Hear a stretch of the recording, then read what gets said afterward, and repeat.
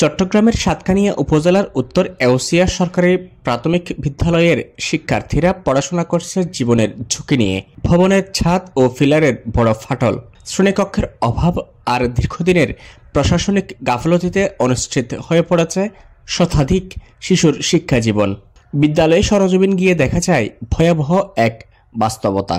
একতলা একটি ভবন, 3টি শ্রেণীকক্ষ, এর মধ্যে গাদাগাদি করে চলছে পাঠদান। চট্টগ্রামের সাতকানিয়া উপজেলার উত্তর এউসিয়া সরকারি প্রাথমিক বিদ্যালয়ের এমন চিত্র প্রতিদিনের।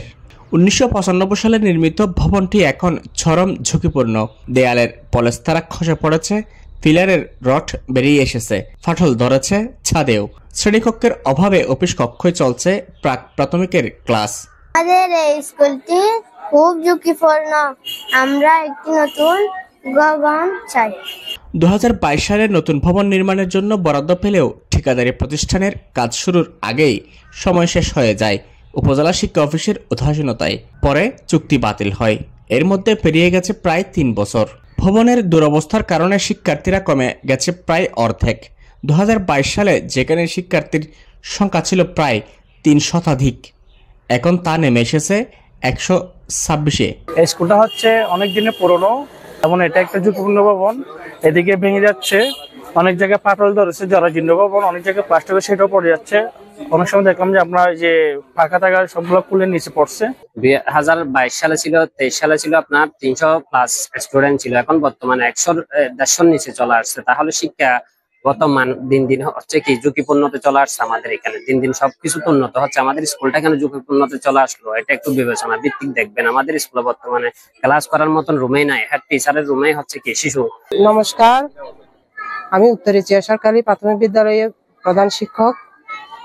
আমার বিদ্যালয়ের বিদ্যালয় ভবনটি 1995 সালে প্রতিষ্ঠিত।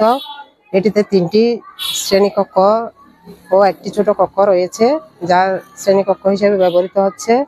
এখানে ভবনটির বারান্দার কলামের বিমে এবং বিভিন্ন জায়গায় ফাটল ধরেছে। বাচ্চাদের গাদাগাদি করে বসে ক্লাস করতে হচ্ছে, ওই জন্য বিদ্যালয়ে একটি নতুন ভবন প্রয়োজন। এই ব্যাপারে আমি মহাপরিচালক বরাবর একটা আবেদন করেছি এবং আমাদের উপজেলা শিক্ষা অফিস থেকেও বিভিন্ন পদক্ষেপ গ্রহণ করেছেন। আমি অনন্যা ভট্টাচার্য পিউ, আমি ক্লাস 5-এ পড়ি। আমাদের ভবনটা খুবই ভাঙা, বৃষ্টি পড়লে ক্লাসের ভিতর পানি ঢুকায়, তাই আমরা সরকারের নিকট একটি নতুন ভবন চাই। উপজেলা প্রশাসন বলছে 2টি সেমি ফাঁকা শ্রেণীকক্ষ নির্মাণের উদ্যোগ নেওয়া হয়েছে। পাশাপাশি পুরনো ভবন সংস্কারের জন্য চাহিদা পাঠানো হয়েছে প্রাথমিক শিক্ষা অধিদপ্তরে।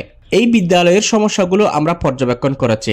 অস্থায়ী সমাধানের পাশাপাশি স্থায়ী সমাধানের জন্য সংশ্লিষ্ট দপ্তরের সঙ্গে যোগাযোগ চলছে। যদি সংস্কার করে কাজ চালানো যায়, সেক্ষেত্রে সংস্কারের জন্য যে সহায়তা সেটা আমরা উপজেলা পরিষদ থেকে দিয়ে দেব। সুশাসন, সমন্বয় আর সময় মতো সিদ্ধান্ত, এই 3টির অভাবে উত্তর এউসিয়া সরকারি প্রাথমিক বিদ্যালয়ের শিক্ষার্থীরা আজ নিরাপদ ও মানসম্মত শিক্ষার সুযোগ থেকে বঞ্চিত। প্রয়োজন দ্রুত ও কার্যকর পদক্ষেপ। এহতেশামুল হক, নিউজ G24, চট্টগ্রাম।